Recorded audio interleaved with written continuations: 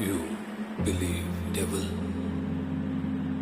I am the devil, and you will call me Captain Miller.